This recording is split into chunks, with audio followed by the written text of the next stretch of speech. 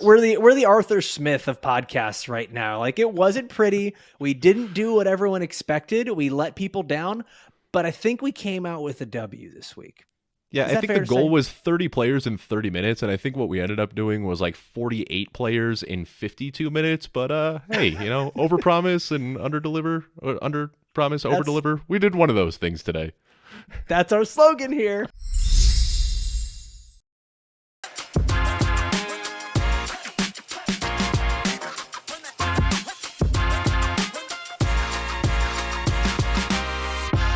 We've got 33 players to target on the week 2 waiver wire, hopefully in 33 minutes. Let's see if we can do this, Dave, because week 1, right now, when we get into the waiver wire, these are the players that are going to give you just season-long value. To me, I actually think that the early weeks for the waiver wire are the most valuable because these are the guys that are going to change your season. You're hopefully not just renting them for a couple of weeks. Yeah, completely agree. I mean, there's kind of two ways to look at it, especially Fab, which I think that's kind of becoming the new standard now rather than rolling waivers is, do you want to splash early and get that game changer? Or are you confident enough in your team that you're going to make the playoffs and you want to stash that money for the very end and get those, running backs that pop up out of nowhere? But there are some guys that I think are very much so worth spending money on right now. So let's go ahead and dive into it. Yeah, let's not waste any more time. We're going to get into the quarterbacks first. And Dave, you're looking at Brock Purdy, San Francisco 49ers quarterback. Yeah, and I'll keep it short and sweet here. 220 yards, 2 touchdowns. He looked comfortable in the offense. We have seen this Shanahan offense prop up quarterbacks before. There were some concerns that Brock Purdy might struggle with his processing or whatever, but I think we saw yesterday that when you are surrounded by playmakers the way Brock Purdy is, doesn't really matter. He's going to do just fine. So he's a guy right now that is available in almost 3 of 4 leagues and falls into that tier of kind of high-end QB2, back-end QB1s, whatever you want to call them. You're going to stream these guys based on matchups, and he is going to be in play more often than not. So if you're playing that, 2 quarterback by matchup type of a fantasy season, Brock Purdy belongs in that discussion. Yeah, Brock Purdy totally changing my mind. I was worried about him and just thinking that maybe it was all a dream. He wasn't ready to really break out like this. He looked phenomenal. He might be the greatest quarterback of all time. Don't quote me on that. Let's get to our Nothing like a week 1 overreaction. Let's get to our next quarterback. And this one might seem a bit more obvious, but there are certain leagues where, listen, these players are still available. And this is Anthony Richardson, quarterback for the Indianapolis Colts. He's still available in approximately 25% of leagues in fantasy football. It should be 100%. There's no reason that he should, and maybe there's like some dead leagues that just don't have him or whatever. He should be rostered in 100% of leagues. Whether you're comfortable starting him or not is not the case here. Okay, he finished the QB4 in the week with Monday Night Football pending, but we saw he does not have to be this incredible passer to produce for fantasy, and he was still actually a pretty good passer. He didn't really turn the ball over a whole lot. He wasn't as disastrous as I think a lot of people thought he would be, according to how the preseason went, right? But we saw he's going to get the rushing touchdowns, and what he did was actually really smart. He leaned into into his best players that were there on the field. He leaned into Michael Pittman. He really leaned into Josh Downs as well, the rookie slot wide receiver. He only had 3 completions to the left side of the field. The Colts are really making this an easy. By the way, Anthony Richardson is the Zoolander of NFL quarterbacks right now. He just can't go left because the Colts just made this so easy for him. Right, everything was Split the RPO field in style half. offense. That's what you want to do. Cut the field in half, make it easy. It was everything that the Steelers tried to do for Kenny Pickett last year, and it didn't work. But Michael Pittman was heavily targeted. Josh Downs, heavily targeted. Anthony Richardson needs to be rostered in 100% of leagues. Dave, let's get to our next quarterback. And you're talking about Jordan Love, Green Bay Packers quarterback, and I think this one hurts your soul a little bit. Oh, no! The Packers might have done it again. Oh, my gosh, I can't believe this. Yeah, the Packers are really good. I mean, that was my takeaway is obviously there are concerns about Justin Fields and, the offensive line and the play calling. But my biggest takeaway from that game is that the Packers are live. Like, they are a good team. They're good on defense. And Jordan Love looked better than good. I mean, he looked phenomenal yesterday. 245 yards, 3 touchdowns, 0 interceptions. He was mobile. And he did this with no Christian Watson. He did it with a limited Romeo Doubs. Aaron Jones got knocked out of the game, and I just the Packers might have done this again. I heard Carmen Vitale. She was talking about this the other day, saying that she expects Jordan Love to be a Hall of Fame quarterback. Was getting shredded for it on social media, as you can imagine. it is a big proclamation, but I mean, the Packers have done this twice already. This could be the third time. Jordan Love looks great right now, and he is only rostered in 16% of leagues. So just like Brock Purdy, he belongs in that discussion as a weekly streamer. And between the two, obviously Anthony Richardson, who you mentioned, is the number one priority if he's available. But between Brock Purdy and Jordan Love, I actually prefer Jordan Love. He's the guy that I'd be okay spending, 12, 15% of my fab on if I'm hurting at quarterback. Yeah, especially if you can get any of those pairings with his receivers that he has there in Green Bay. Jordan Love, number one in the league right now in passer rating, so we'll see if that holds up. I'll finish up with our fourth and final quarterback, and he's not gone yet. It's Matthew Stafford, quarterback for the Rams. He's still available in roughly 70% of leagues, and man, he was slinging it against what we thought was supposed to be a good defense in the Seattle Seahawks. I guess not, but I mean, he was gotta doing love this. week one, man. Everything we thought we knew was so wrong. Just wild, man. And Stafford is doing this without Cooper Kupp. He's out there slinging the ball to Van Jefferson, Puka Nacua, Tutu Atwell. Tyler Higbee was fourth on the team in targets. Let's not revisit that pain, but Matthew Stafford, 334 yards, no touchdowns. If he even throws just a single touchdown, he's a top 10 quarterback on the week. Now, next week, they do have San Francisco. So that defense is a little scary. But after that, he's got a nice stretch of games. Cincinnati, Indianapolis, Philly, Arizona, Pittsburgh, all very beatable secondaries. And that Philly game could be a shootout. Cincinnati could also be a shootout. So there's some pretty good potential for Matt Stafford here over the next couple of weeks. Cooper Kupp is scheduled to be back on the field week 5 against Philly. So look out for that one. Yeah, now, and I just want to say real quickly, yeah. The only concern with Matthew Stafford, it wasn't that he wasn't a good football player. The concern was that he had this elbow injury, and we thought that maybe we saw the end of Matthew Stafford. But we got to remember he was QB5 just 2 years ago when he was healthy, and then last year he had the injury. He looked completely healthy yesterday, making some crazy throws with the arm angle, stepping around blitzing linebackers. I mean, Matthew Stafford looks back. So this is a guy who was a top 5 quarterback just 2 years ago and looks just as good now as he did 2 years ago. So another priority addition on the waiver wire. If you're enjoying all the talk that we have so far here on the waiver wire targets for week 2, please be sure to like this video, leave a comment down below asking about any of the waiver wire ads you want to make. We will get back to you. Be sure that you are subscribed to this channel because we're going to be bringing you this show, the Football Guys Fantasy Football Show, 4 times a week, and then a 5th day on audio. And then we're back here Sunday morning with a live start sit Q&A with all of you guys. You can just enter into the chat and ask us about your lineup that day. Dave, this is going to be a very transactional episode. We got a lot of players to talk about here. Let's get to the running backs where you are mentioning Tyler Algier. So I leaned pretty heavy into 0 running back drafting this year. So Tyler Algier was in a ton of my starting lineups week 1. And this is a guy I wrote about as an injury away running back that is in that rare tier of injury away running backs that also have standalone value. I didn't expect his standalone value to be this much. I mean, he looked great yesterday. So I'm going to peel back the layers on this one a little bit more than some of the other guys we're talking about because he is still available in over 50% of redraft leagues.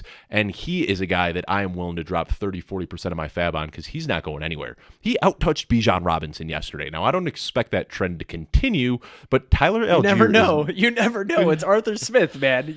Matt Collins had, 4 times as many catches as Drake London. Yeah, he led the team in targets and receptions.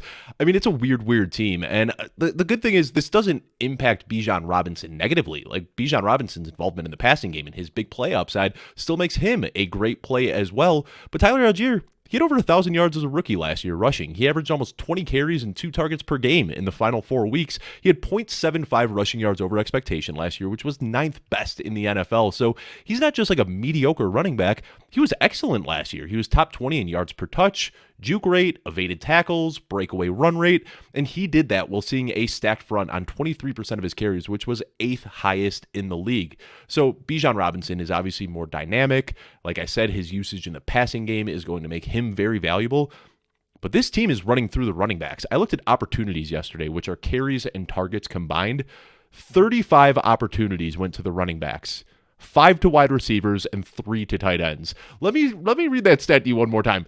35 opportunities went to the running backs, 5 to wide receivers, and 3 to tight ends. Arthur Smith is going to run this team through the running backs. I mean, we see that. He Shocker. did it in Tennessee when he had Derrick Henry, and Derrick Henry, a 255-pound mountain of a man, could handle all 35 of those a game. Tyler Algier and Bijan Robinson are both a little bit smaller, so we might be looking at a 50-50 split. Tyler Algier is a downfield guy. He's going to continue getting the goal line work. This doesn't impact Bijan Robinson negatively. I think the biggest takeaway here is that Tyler Algier is going to see a lot of work. I think both of these guys are very, very valuable, and if you have both, you can confidently start both every single week. He is my number one addition. If he's available in your league, go out and get him right now. I know that was very long-winded for a waiver show, but you need to get Tyler Algier on your team if you can. Yeah, I was going to say it's fine with Tyler Algier because I think we're going to see one of the rare two-headed monsters in the NFL. I know we typically see a lot of committees, but you don't see two guys that can really produce the way that Algier and Bijan can. I think you're going to see a lot of maybe something similar to what we saw with Chubb and Kareem Hunt in years past, where you can really just start both. Kamara and Ingram. Yep. Like it's the Kamara, same anyone that's been on that team. Yeah. Yeah. So I'll continue here and I'll go a little bit quicker with this one because it's just a simple one. Add a Dolphins running back, whether it's Jeff Wilson or Devon Achane. They're roughly available at a little over 60% of leagues. The Dolphins rushing attack, just 70 yards total. Raheem Mostert and Savon Ahmed were under 4 yards per carry, and that was against a bad Chargers run defense. If you're looking at why these guys are important, Jeff Wilson gives you that goal line opportunity with that Dolphins offense that had no problem getting into the red zone, okay? In 5 of their first 5 drives, they got to within the 10-yard line. So you're talking about a guy that's going to get plenty of red zone opportunities. And then you did start to see that eventually teams were double and triple teaming Tyreek Hill, Jalen Waddle. It kind of didn't matter. But the Dolphins are going to eventually need another big-time playmaker out on that field. I don't think they're going to depend on River Craycraft for the rest of the season and Braxton Berrios. So Devon Achane getting back at Durham Smythe too. Yeah, he exists. But Devon Achane is a guy that I would be targeting in the waiver wire.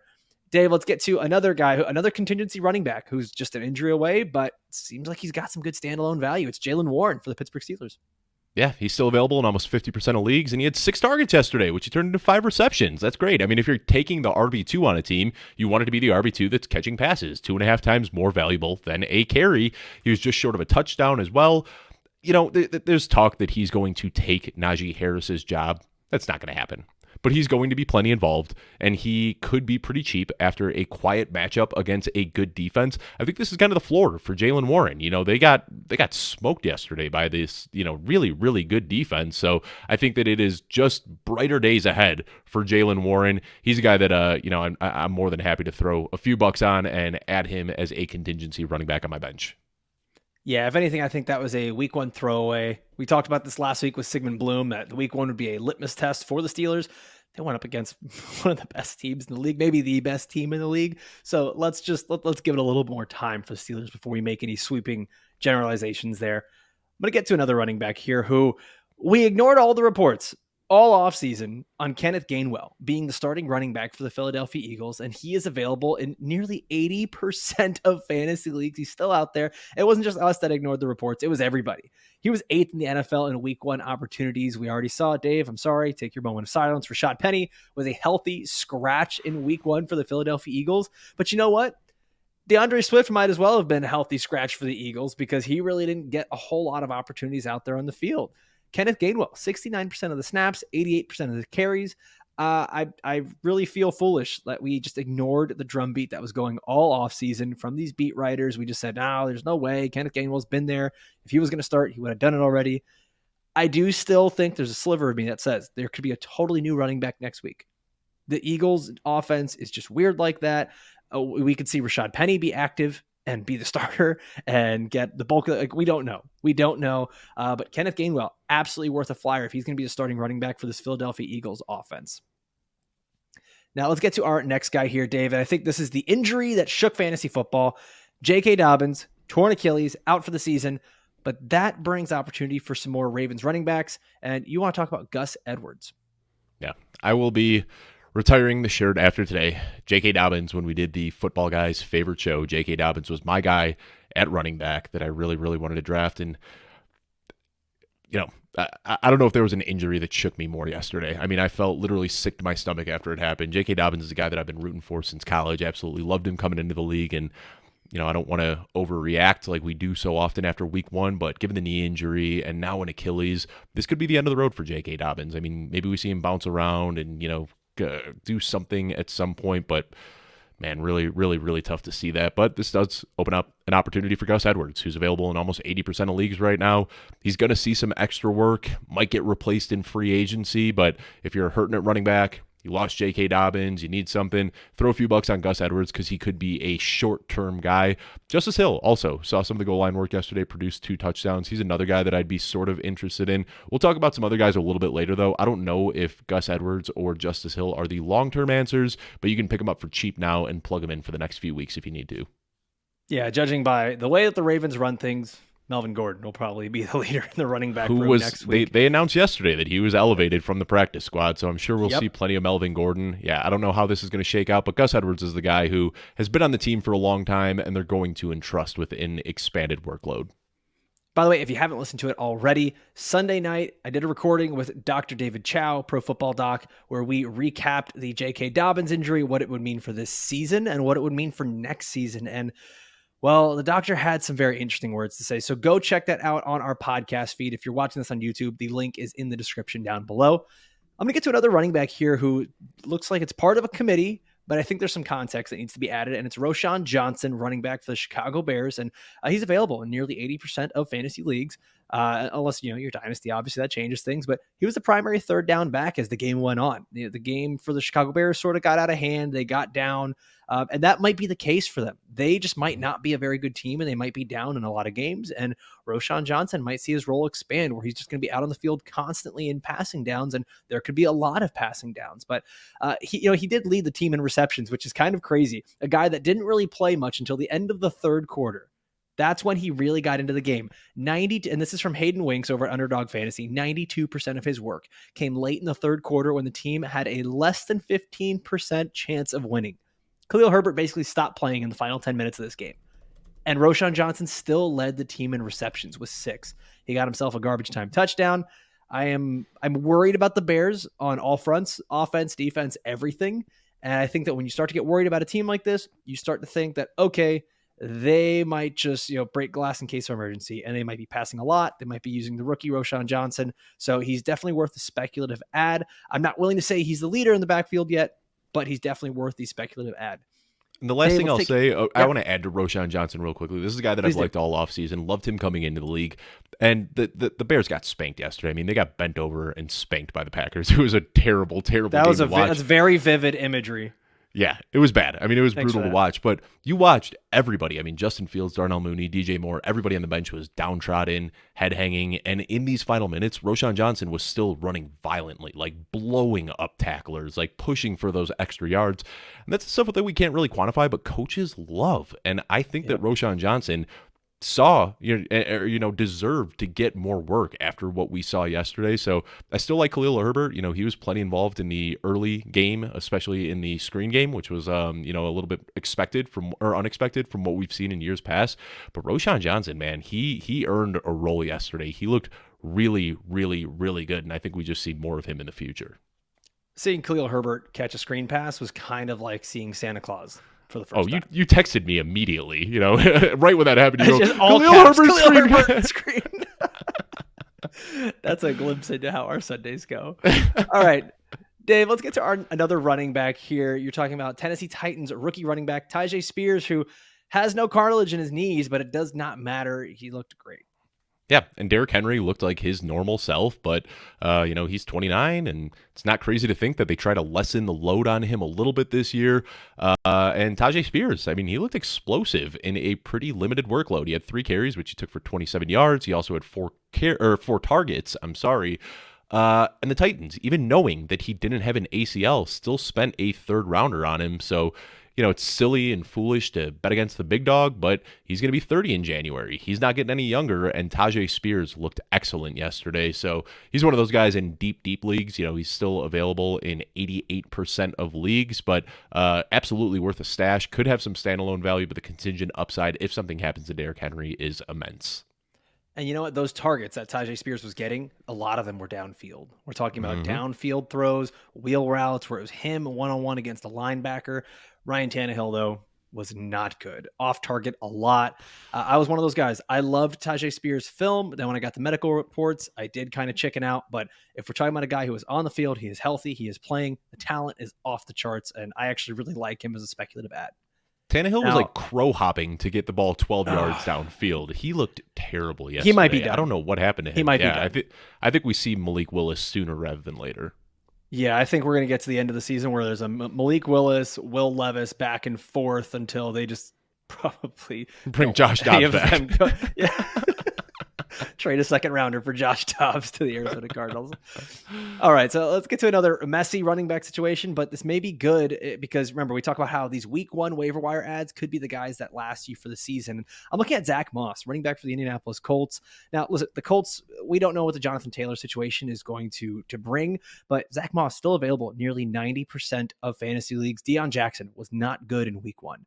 Not good. And they went up against the Jaguars defense that was not like typically very good against stopping the run. So it was a little curious. Anthony Richardson, like we said, looked good. That Colts offense was way more competitive than expected. When they had a lead for most of the game, it was very surprising. Jonathan Taylor, there's already reports he is ready to pass his physical and play in week 5. However, there's the caveat. We don't know where he's going to be playing in week 5. And that the rumors are that the trade talks are still very much real. And him being willing to come back, I think says more about him, like just being a bit more open to trade talks and a few more suitors that might actually be willing to pay him what he's worth, especially as more and more injuries happen. I think Jonathan Taylor might be in a new home by the time we get to week 5, and I think he'll be willing to play. And if that's the case, Zach Moss becomes a really good contingency running back for fantasy football. Dave, let's get to your next guy. He is, another contingency back, but he's the backup in Los Angeles, Joshua Kelly, who actually played quite a bit on Sunday. Yeah, more than a contingency back. I mean, he looks like the 1B in this backfield right now, and we heard these rumors throughout the offseason that there was going to be a split backfield for the Chargers, and I think people were quick to dismiss it, but there was a split backfield right down the middle. 16 carries for each running back. Eckler turned his into 117 yards, but Josh Kelly had a very formidable 91 yards on 16 carries. Obviously, Eckler dominated the target share, so kind of similar to the Tyler Algier, Bijan Robinson situation. Like, this isn't going to negatively impact Eckler because it just means that Eckler is going to be able to catch more passes, but Josh Kelly is a guy that's been on the team for a few years now, 4th rounder out of the 2020 draft, and he is just this between the tackles thumper, and he could end up seeing some goal line work a little bit more than maybe we had projected for. And the other thing I'll say, again, we don't want to overreact too much, but you and I both really like Justin Herbert this year, and we talked about how Kellen Moore was going to transform this offense. Well, Justin Herbert still checked down a ton yesterday, so there's going to be a lot of targets going to the running backs here, whether it's Eckler or it's Joshua Kelly. We're going to see Joshua Kelly plenty involved as a rusher, and if something were to happen to Eckler, Joshua Kelly steps into a possible 3-down role where he can catch a lot of targets as well. So still available in a lot of leagues. He wasn't a guy on many people's radar on draft day. You could still get him in almost 90% of your leagues, and he is absolutely worth a stash. And I'll say this about the Los Angeles Chargers. I don't think we saw their true offense just yet. After week 1, they were last in neutral passing rate, which I think so much of that has to do with the fact that their defense could not stop Tua Tagovailoa, Tyreek Hill, and Jalen Waddle. And they just wanted to run the ball because they could, because Miami's defense could not stop them. And so they just kept running the ball and kept running the ball. And I don't think we got the real version of the Chargers offense. I think that'll evolve a bit more, but Joshua Kelly still remains a valuable player to look at if you're in need of a running back. Now I'm going to get to a guy here that I think that most people might have him at the top of their waiver wire list, and I think this is an interesting one, Dave. It's Kyren Williams, running back for the Los Angeles Rams. We talked about how the Rams surprised us from like all fronts, quarterback, running back, wide receiver, everywhere. Everything for that Rams team seems to be backwards. Tyler Higbee was 4th in the team in targets. Cam Akers was not the starting running back, or he did start, but then like he just didn't get the care. Like just doesn't make sense. I feel like Sean McVay just showed up. 22 carries on 27 yards, I believe he had. Cam Akers, just 22 terrible. carries for 29 yards, the lowest rush yards over expectation in the league in week 1 for Cam Akers, with Monday Night Football pending. But Akers nearly half the amount of snaps as Kyren Williams. So for Kyren Williams to show up and nearly double the amount of snaps as Cam Akers, he took 85% of the 3rd down work and 56% of the early down work. He dominated the running back snaps, and Cam Akers just didn't look good.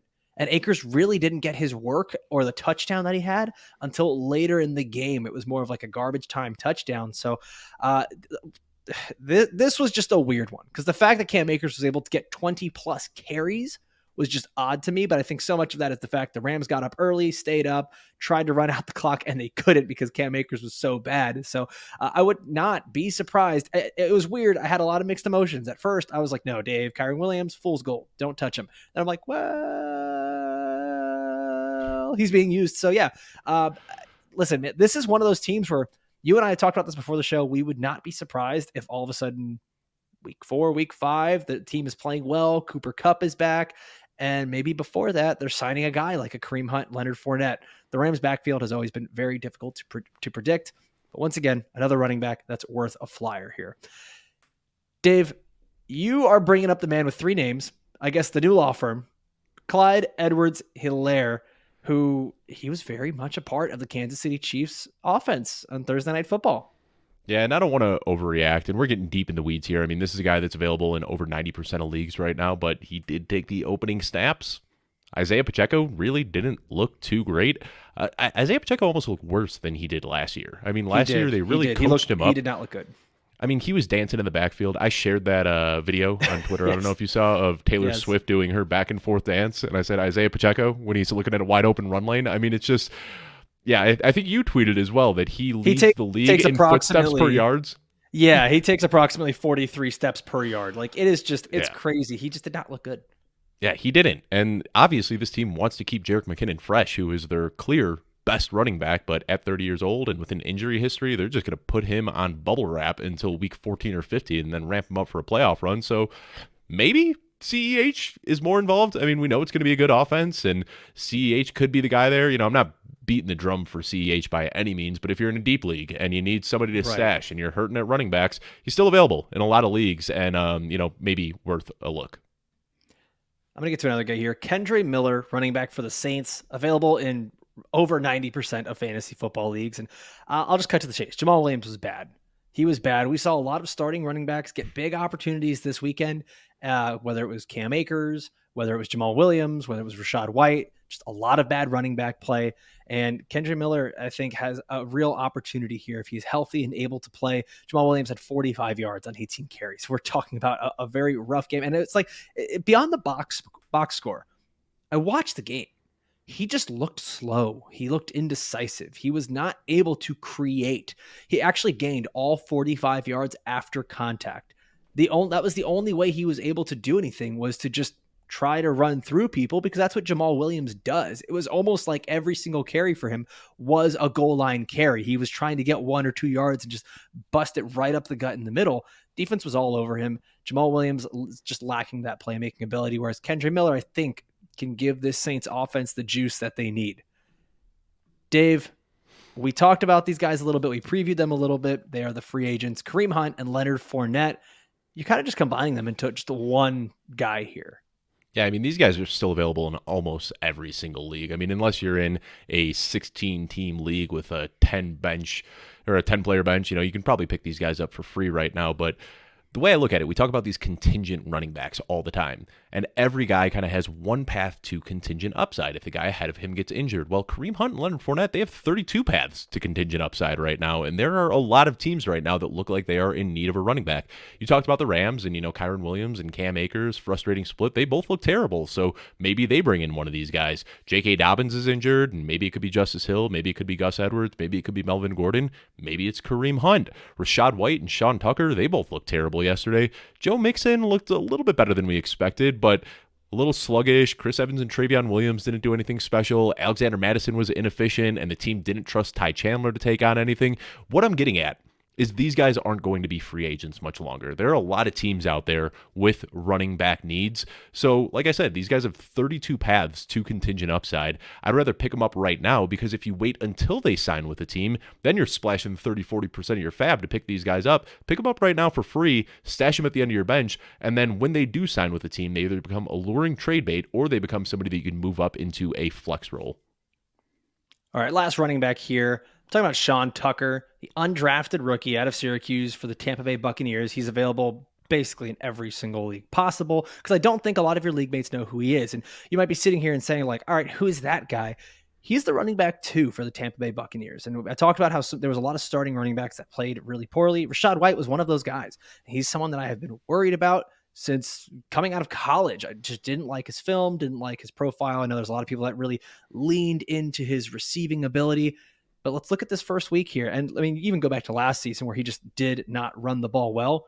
Week 1, 39 yards and 17 carries, Dave Kluge. You have mentioned so many times that the rushing yards over expectation for Rachaad White, not great. He had the second lowest in the league after week 1 here, just ahead of Cam Akers, who we talked about having 29 yards and 22 carries.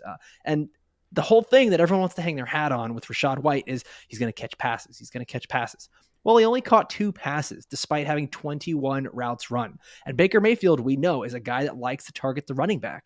And the fact that Rachaad White ran 21 routes and Baker Mayfield still didn't target him sends a few little red flags. It rings a few alarms in my head, especially when Sean Tucker only ran 4 routes. He got targeted twice and got 2 receptions. There was something very intentional about the use here with Sean Tucker. I'm not saying he's going to supplant Rachaad White next week, but this is something that over the next 2 to 3 weeks, we could see Sean Tucker become the main running back in Tampa, while Rachaad White could get relegated to just some third down duties here. And this is a guy who's basically free. In every single league, he's a guy that's worth stash at the end of your bench. And I'll throw in a bonus waiver real quick. We'll go back to quarterbacks here. Baker Mayfield didn't look too bad. Kind of crazy what happens when you got Mike Evans and Chris Godwin to throw the ball to. And he's on pace for almost 600 pass attempts, which would be a career high for him. Just saying, in deep leagues, Baker Mayfield is worth a look. He looked fun yesterday. When you have to say a player's name and the octave of your voice goes that high, Baker you don't Mayfield. really believe. Yeah, when there's like a small mouse just like repeating the name for you, no. Listen, I will always stand Baker Mayfield. He is my new Jay Cutler, just the guy that, I think got a really tough go so far in the league and kind of has some fun, sneaky talent. Maybe he could end up in the right situation and put it all together. That is about what we talked about Baker Mayfield for 45 seconds. That's about 40 seconds too much of Baker Mayfield talk. Dave hates himself. All right. So, by the way, you can go on over to footballguys.com. You can check out the waiver wire report. Sigmund Bloom drops his waiver wire article every single week. And then if you're looking for rankings, the start sit rankings for each week, week number 2, head over to footballguys.com. And guess what? They're actually free. It's 100% free. It's going to be featuring myself and Dave, Sigmund Bloom, Jeff Bell, and all of our projectors over at footballguys.com. And guess what? If you have a pro subscription, the most affordable subscription in all of the fantasy football industry, you can actually sync it to your teams. It can tell you just really simply and easily who you should be starting based on your league scoring settings. Dave, let's finish this up here. We're running behind. We said 33 minutes. We didn't make it. We didn't make it. Sorry. Shocker. Sorry. Yeah, you know what it was? It was the Baker Mayfield talk. That's what ruined it. Let's get to the wide receivers here. Dave, this one seems obvious, but we still have to state the obvious. And I would want to pat myself on the back because I get so scared to tweet pregame. Like if you try hyping up or talking down a player pregame and then you end up being wrong, your mentions get flooded on Twitter. You're no stranger to it, Alfredo. I'm no stranger to it. I had one guy that I was confident enough yesterday to tweet about before the game. And I said, Happy Zay Flowers Day to all who celebrates. And oh my gosh, he put it all together. He looks so good, and he's still available in 18% of leagues. He should be rostered in 100% of leagues. This is the priority pickup. If he is still available in your league, if for whatever reason your league mates are asleep at the wheel and this guy didn't get drafted, pick him up immediately. He looks like an NFL wide receiver one. He saw 10 targets yesterday. Every other skill position player, every running back, wide receiver, and tight end combined for 11 targets. Like Zay Flowers on his own took almost half of the opportunities in this Baltimore Ravens offense. He's the type of guy, if he's available, you dump 70, 80% of your fab on him and you pick him up and you put him in your starting lineup next week. Zay Flowers looks like he could be the rookie wide receiver one from this class. Yeah, and it was quite obvious. He was Lamar Jackson's guy with Mark Andrews being out. And I was actually about to say something like that as well on Twitter. And then as soon as I was about to press send, Rashad Bateman gets himself a nice long catch. But then nothing really ever came to fruition there. So Zay Flowers seems to be the guy. That Todd Monken offense, maybe not as vertical as we thought it was going to be. Lamar still has some questions there. So we'll see how that offense continues to progress. An offense that surprised me yesterday was the Las Vegas Raiders. with Jimmy Garoppolo. And Jacoby Myers is a wide receiver I think that we do need to consider rostering in leagues. He's still available in over 20% of leagues. Normally, I would say don't chase touchdowns, right? He had 2 touchdowns yesterday against the Broncos, and I think that's where a lot of the fantasy value is going to get buoyed, and you're going to see a lot of people chasing that. But in fact, we're chasing volume here. He had 9 receptions on 10 targets. There was something here where I don't know if it's just Jimmy Garoppolo didn't really want to look Devontae Adams' way because he had Patrick Surtain on him, the second, excuse me. And, I think that it just became easier for him to target Jacoby Myers throughout that game. Week 2 might be rough in Buffalo, but you might see a similar situation where Devontae Adams has Tre'Davious White on him, and then you're going to have Jacoby Myers, who he did take a rough hit at the end of that game. Brutal. He does appear to be fine. A lot of the medical experts, including Dr. Chow, have said it doesn't appear to be anything that's a concussion. It just seems like it was a tough hit. But after that, you got the Buffalo game. After that, you've got Pittsburgh and you've got the Chargers, 2 secondaries that have just been carved up. So Jacoby Myers, I think, becomes one of those confident wide receiver 3s that you might be able to start every week with Jimmy Garoppolo at the helm. Targets are earned, and Jacoby Myers is still earning them. By the way, 2 touchdowns. When was the last time Jacoby Myers did that in a season over at I don't know if he ever did England? that. I don't know if he ever had a 2-touchdown game in New England. No. I don't think that ever happened. I'm talking about a 2-touchdown season, my friend, in New England. My gosh. All right, Dave, you're talking about a bear here that you believe still presents some fantasy value, maybe post-type sleeper here? Yeah, I mean, there was a lot to unpack with yesterday's Bears game. Unfortunately, it doesn't appear that Justin Fields is going to take that big step forward as a passer. Could it be the play calling? Could have been the Packers defense, but it was a weird game. And I think that week 2 is going to tell us a lot more about this offense. But Darnell Mooney, still available in almost 40% of leagues, and he led the team in targets. He caught Fields' lone passing touchdown, and there is some familiarity there that I don't think we can ignore. They've played together. This is year 3 with the 2 of them together. So if he doesn't take that step forward as a passer and, start hyper-targeting DJ Moore like we had hoped, maybe he leans back on his old faithful, Darnell Mooney, and he could be a guy with some spike weeks here and there. It was really weird. DJ Moore saw 2 targets in the entire game, and they both came on the same drive, and he caught both, and he looked great after the catch, and I was like, good, they're doing what they're supposed to do and getting DJ Moore involved, and then he just disappeared for the rest of the game after that. So I don't know. I mean, Darnell Mooney is going to be cheap. You can pick him up for close to nothing, and there might be something here that we'd kind of forgotten about after his injury last season. I'm going to talk about Nico Collins here, who's still available in roughly 40% of fantasy leagues. He was the leading wide receiver for the Texans this past week, 11 targets, as we say, targets are earned. He had 6 receptions for 80 yards in the very first start for rookie quarterback CJ Stroud. And listen, it would not surprise me if Nico Collins kind of remains Stroud's guy. That could change. We could see more of Tank Dell. We could see, Dalton Schultz maybe take a turn, but the 26% target share in this first game is pretty hard to ignore for Nico Collins, a guy that we have just been clamoring for, that we all believe has the talent, just needed a better passer. So I do like the idea of adding Nico Collins to your wide receiver room if he's still available out there in your leagues. Dave, what are you doing? What are you doing? You're stepping on the rake. You're willing to do it?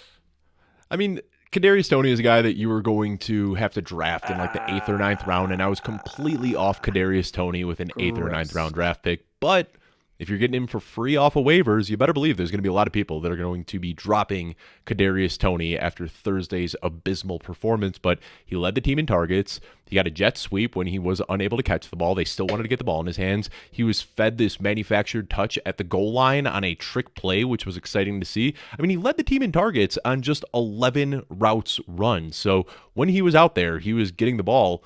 Again, I'm not saying that you need to splash all your fab on Kadarius Toney and put him back in your starting lineup next week, but if he gets dropped in your league, which he's going to get dropped in a lot of leagues, and you can pick him up for 2, 3, 4% of your fab, I think it's worth it to stash him because this team needs a wide receiver 1 to step up. Sky Moore didn't look the part. We know MVS is just going to kind of be a field stretcher. Rashee Rice actually looked kind of decent, but I think his performance has blinded a lot of people because of the touchdown catch. Without that touchdown, he really didn't do too much. So Kadarius Toney's a guy right now, if you can pick him up for cheap on your waiver wire and stash him on your bench to see what happens, I prefer him much more for $1, $2, $3 in fab than I do for an 8th or 9th round draft pick. This next guy I think is more than a stash. I think he's a guy that you can probably start in leagues, and it's Zay Jones, wide receiver for the Jacksonville Jaguars, still available in roughly 70% of leagues. he took the most snaps of any wide receiver on the team. Now, snaps does not always indicate success in fantasy, but it does show that he is going to get the usage that we want for a guy that can score some points. Christian Kirk really just looks like he's been relegated to the wide receiver 3 on this team and to a slot role where he's not always going to be on the field. Next 3 games, you've got Kansas City Chiefs, Houston Texans, Atlanta Falcons. 3 very beatable defenses, 3 very beatable secondaries. Zay Jones, I think regardless of the matchups coming up, needs to be rostered in 100% of leagues because he's a guy that could easily give you wide receiver 3 value every single week. Yeah, and I just want to chime in real quickly on Zay Jones because he got drafted a while back in 2017, and there's a lot of new fantasy players out there that probably aren't familiar with Zay Jones. He was a very highly sought after prospect. He was drafted in the 2nd round. He was supposed to be the Bills wide receiver 1 and had some mental health issues that kind of pulled him out of the league and didn't see a lot of Zay Jones. He was written off as a bust. And then we saw 2 years ago some flashes in Las Vegas where it was like, oh, wow, Zay Jones is actually coming back to life. And then we saw it last year where he really put it together. Zay Jones has the profile where he can be a very, very dominant wide receiver. And he had a weird start to his career, but we see it starting to come together right now. There's no reason that Zay Jones can't be the number 2 pass catcher in a very high-flying Jaguars offense. So, yeah, he's a guy that I am also okay, if he's available on your league, dumping a lot of fab on. Dave, Romeo Doubs was the wide receiver 1 for the Packers, and you really like him as a waiver wire ad. I mean, he looked good yesterday. 2 touchdowns on 5 targets, and one of those touchdowns was in very tight coverage where he elevated up over a defender and pulled down a strong contested catch. We don't know when Christian Watson's going to be back. I mean, hopefully he's back next week, but realistically, the hamstrings linger. He could be back in 4 to 6 weeks. He could re-injure himself. Like I said, talking about Jordan Love earlier, oh no, they did it again. And Dobbs might be the wide receiver 1 on this team, so still available in 80% of leagues. Definitely pick him up. Slow down. I think with all the excitement, and we are trying not to overreact, like we still have to remember last year, week 1, Curtis Samuel was the belle of the ball, and that really didn't turn into much throughout the rest of the year. So I'm not comparing Doubs to Samuel.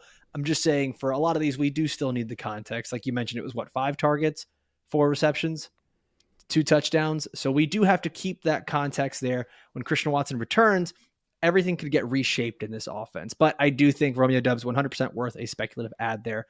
I'm going to talk about one final player here from my end, and it's Kendrick Bourne, wide receiver for the New England Patriots, available in basically 100% of leagues. In 2021, he was a fantasy wide receiver 3. He was a top 36 fantasy wide receiver with rookie Mac Jones. Rookies tend to find the guys that make them most comfortable. Last year was a nightmare with Matt Patricia and with Joe Judge doing this weird, like, we're both the co-managers of the office here, and we're running the offense together and doing a really bad job. Well, yeah, now we get Bill O'Brien in here who changes things up a bit. Mac Jones, looks a lot more comfortable. Kendrick Bourne, 11 targets, 6 receptions, 64 yards, 2 touchdowns. I'm not worried at all about Juju. I'm not really worried at all about any other pass catchers on this team. Kendrick Bourne could be the wide receiver 1 for the New England Patriots. And if Mac Jones takes any kind of step forward in this offense, I think it's a really valuable ad to put him on your roster. Saving the best for last here, Alfredo. Apparently. So he's going to be the talk of the town. It's Puka Nacua, wide receiver for the Rams, who has sort of slotted, pun intended, into the Cooper Kupp role. Question mark? Yeah, first of all, let us know in the comments which nickname you like best, because I really like Pook Nukem, and I really like Puka Cooper Kupp. I think they both work, so let me know which one you like best, because we're sticking with one of these for the rest of the season. But, man, 2nd most receptions ever by a wide receiver in his NFL debut, 3rd most targets ever by a wide receiver in his NFL debut. And when you start looking at the other names that are in these debut lists, Terry Glenn, Julian Edelman, Anquan Bolden, Earl Cooper. Unfortunately, Kiki Kuti also had 11 receptions and 17 targets in his NFL debut. So this is kind of the range of outcomes. We could be looking at the next Anquan Bolden. Could be looking at the next Kiki Kuti. So I don't want to get too excited here about him, but he looked great. Stafford was looking at him early and often. We heard a strong drumbeat all offseason about Puka Nacua and what he was going to do. We heard the comps to Amon-Ra St. Brown and Cooper Kupp as a late-round guy that was flourishing in camp. I mean, it's so silly to make the comp. You can't just say that, oh, this guy's the next Cooper Kupp, but he stepped right into the Cooper Kupp role and kind of did all of it. He was catching screens, he was catching contested balls, he was making plays after the catch, he was getting deep downfield. He really did everything. So I look at Puka Nacua as the must-add guy in all formats, and he is available in almost every single league. He wasn't a guy that was on many, eyeballs outside of like deep dynasty leagues, but now in redraft, I think you plug him in immediately. I mean, I haven't really gone through my week 2 rankings yet, but he's probably going to be a top 30 guy for me next week, which means you're starting him in most formats, even with a tough matchup against San Francisco. He's a guy I think right now that you need to go out and get on your rosters. We don't know what it's going to look like when Cooper Kupp comes back. I mean, he could be relegated to just a nothing role, but I think that he looked fantastic yesterday. He's a guy that I am trying to get on every roster I can. Alfredo, let's, I guess, unpack this a little bit. How much fab are you willing to spend on a guy like Puka Nacua? Is he a 50, 60, 70% guy? What are you thinking here? I think I'm going to remain a bit more conservative. I know that there's excitement around Puka, but all the excitement is around the fact that he played the Cooper Kupp role. And when Cooper Kupp returns, he will play the Cooper Kupp role. And then it does leave me wondering, where does Puka Nacua slot in once we get to week 5, week 6, week 7? Now, he should still be heavily involved, but I don't think I'm willing to go and put that much fab on a guy who, I mean, let's be real, would probably be your fantasy wide receiver 3, wide receiver 4 on your team. Like I maybe I'm just, dousing this in water, but I'm finding it hard to get super excited about Puka Nacua. He is a very talented player. I don't necessarily see it long term for him if Cooper Kupp can return and be healthy. If we knew that Cooper Kupp was out for the season and this role was guaranteed for Puka Nacua, yeah, I mean, drop it all, drop the bag, back up a Brinks truck and get Puka Nacua on your team.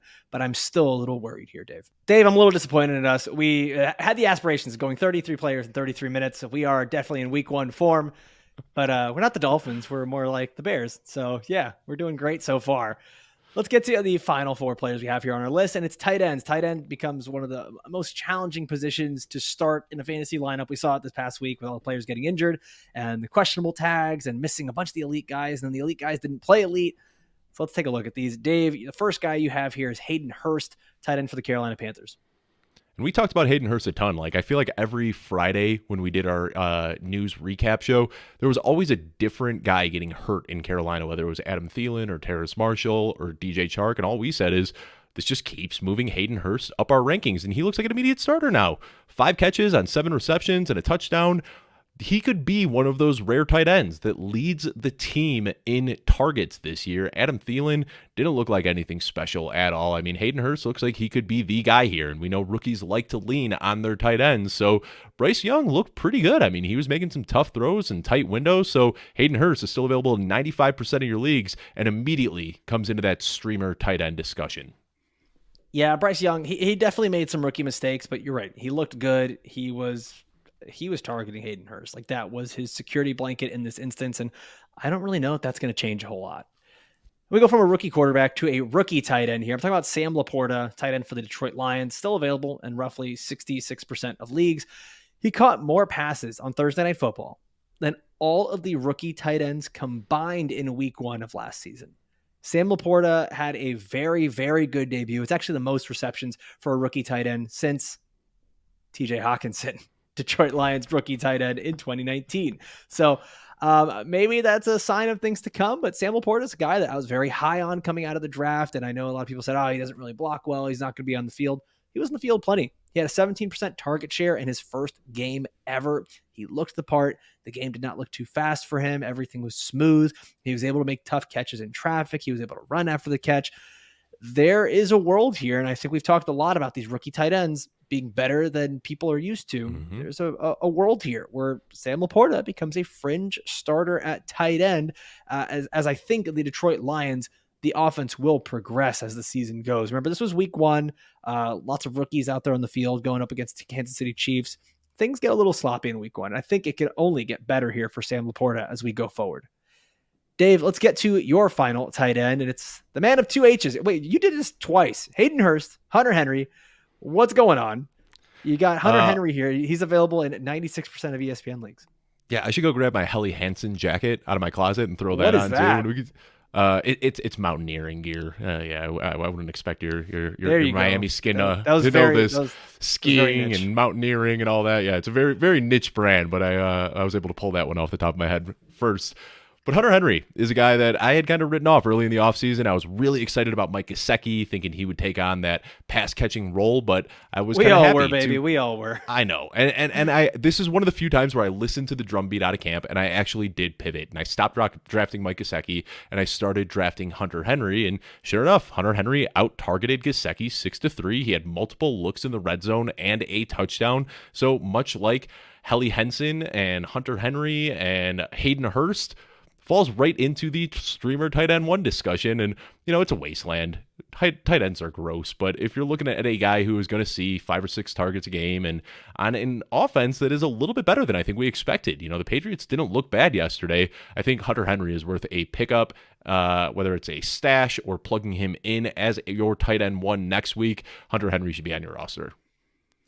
Final guy I'm going to talk about here is someone I've been beating the drum for, and I'm going to stay here for just a little bit longer because I think Jake Ferguson and the work that he had went a little under the radar. This was an odd game for the Dallas Cowboys, who were up early and in weird fashion where they scored defensive touchdowns quick, often, and things just got out of hand for the New York Giants.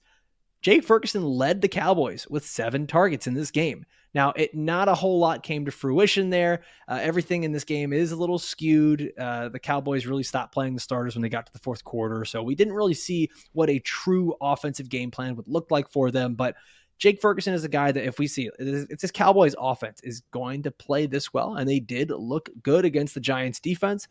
If they're going to play this well and Jake Ferguson has a chance to be the leading targeted receiver on this team, I'm willing to take a shot on that and hold this guy on my bench to see what he turns into and keep him there as a second tight end. I mean, the tight end landscape is so bad right now. I'm just willing to take shots. And I'm going to bring this player up because it's a name that I heard a lot and we kind of talked about him a little bit. Durham Smythe, he had a career high 3 receptions on 7 targets in a historic day for Tua Tagovailoa, who threw the ball like 45 times. I'm taking Jake Ferguson over Durham Smythe. And I think there's a little too much hype there on Durham Smythe. You're talking to a Miami Dolphin fan. I've watched the games. I know how the guy's being used. Yeah, he was in the field a lot. He's the snap god. Give Durham Smythe all the snaps. That's fine. Jake Ferguson has, to me, the better upside in fantasy here if he's going to be the leading target getter for that Dallas Cowboys offense. Dave, we'll work on our pacing next week. Yep. We'll work on our pacing next week. But hey, lots of good information, right? Let's look on the positive here. Yes. We gave a lot of maybe good information to the audience. We're the Arthur Smith of podcasts right now. Like, it wasn't pretty. We didn't do what everyone expected. We let people down. But I think we came out with a W this week. Yeah, I think the goal was 30 players in 30 minutes, and I think what we ended up doing was like 48 players in 52 minutes. But hey, overpromise and underdeliver, underpromise, overdeliver. We did one of those things today. That's our slogan here.